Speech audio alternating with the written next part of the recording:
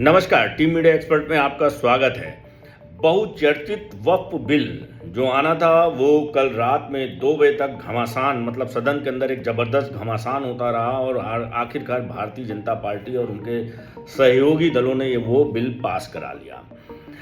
ओवैसी ने वहाँ पर भी पिछली बार की तरीके से बिल की कॉपी फाड़ी, सिंबॉलिक मतलब फाड़ी, उन्होंने स्टेपल करी हुई जो अपनी फाइल थी या जो पन्ने थे उनको अलग किया और कहा मैं महात्मा गांधी की तरीके से इसको बाइकआउट कर रहा हूँ। उन्होंने उसको फाड़ दिया।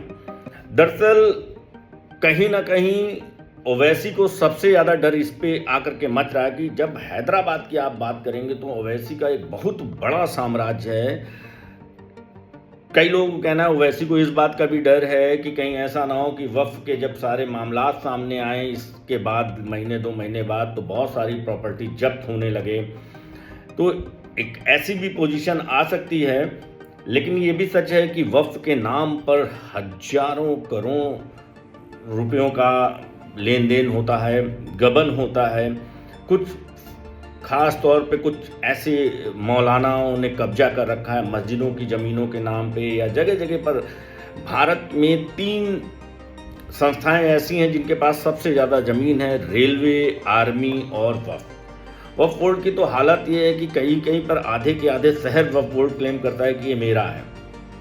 यहाँ तक मुकेश अंबानी का मकान तक क्लेम कर दिया कि ये वक्फ की ज़मीन पे बना हुआ है। यहाँ तक संसद भवन को क्लेम कर दिया कि ये वक्फ बोर्ड की ज़मीन पे बना हुआ है। भारत सरकार एक ऐसा बिल लेकर के आई जिसमें सारी जो अराजकता है इसको सही करने के लिए ये वक्फ बिल आया है। बहुत उस पर डिबेट हुई, ये भी हुआ कि जिला कलेक्टर को उसमें ना इन्वॉल्व होने दिया जाए। उस पर भी किरण रिजिजू ने कहा कि हम विचार करेंगे। सांसदों ने इस पर थोड़ा ऑब्जेक्शन किया, लेकिन ये तय है कि अब भारत सरकार इस पर कुछ बड़े अधिकारी बैठा लेगी और बड़ी गहन जांच होगी, इतनी गहन जांच होगी और लाखों एकड़ ज़मीन निकल करके सामने आएगी जो वक्फ ने अवैध तरीके से बेच ली और बेचने के बाद या तो कब्जा कर ली। भारत सरकार वक्फ को लेकर के बहुत संजीदा है और बहुत हिम्मत की बात है भारतीय जनता पार्टी की कि उसने इतने बड़े विरोध के बाद वक्फ बिल पास करा लिया।